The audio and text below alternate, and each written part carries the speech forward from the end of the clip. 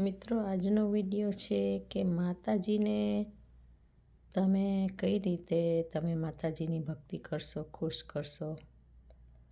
તો સારા ચણિયા ચોળી પહેરીને, સારા કપડાં ને ડ્રેસઅપ થઈને તમે ગરબા ગાવા જાઓ છો નવરાત્રિમાં. શું એ માતાજીને ખુશ કરશે? એ જ ભક્તિ છે? એ ભક્તિ છે તમારી? તમે વિચાર કરી જુઓ કે એ આપણી બધી ઈચ્છાઓ છે, આપણી લાલસાઓ છે, આપણા બધા લોકોને ખુશ કરવા માટે આને કેવું પહેર્યું છે, લોકોને આકર્ષિત કરવા. ભલે આપણે બહારથી એવું જ ન ઈચ્છતા હોય, પણ આપણી સૂક્ષ્મ ચેતનાઓ તો એવી જ હોય છે. ખરેખર ભક્તિ શું છે? માતાજી કેવી રીતે ખુશ થાય?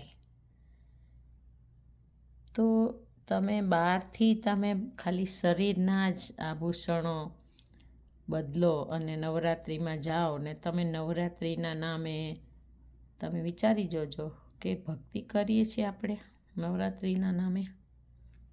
હા, બહાર જવું તૈયાર થઈને ખરાબ નથી, પણ આપણી ચેતના શું છે? આપણે બીજું કંઈ કરી છીએ કે એને જ નવરાત્રિ ગણી છીએ, એને જ માતાજીની ભક્તિ ગણી છીએ? એ શું ભક્તિમાં આવે? તો આપણે આપણી જાતને પૂછવું પડે.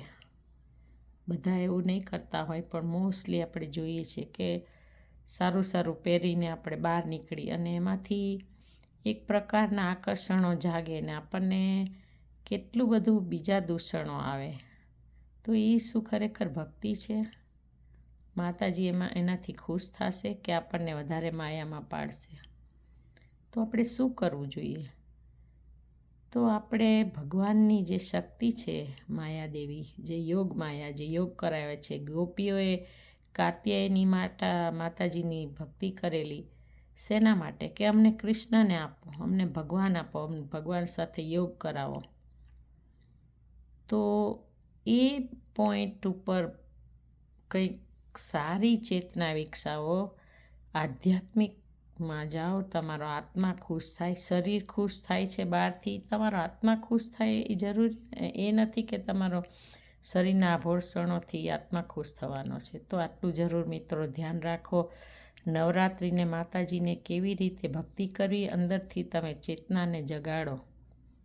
જય માતાજી. હરે કૃષ્ણ.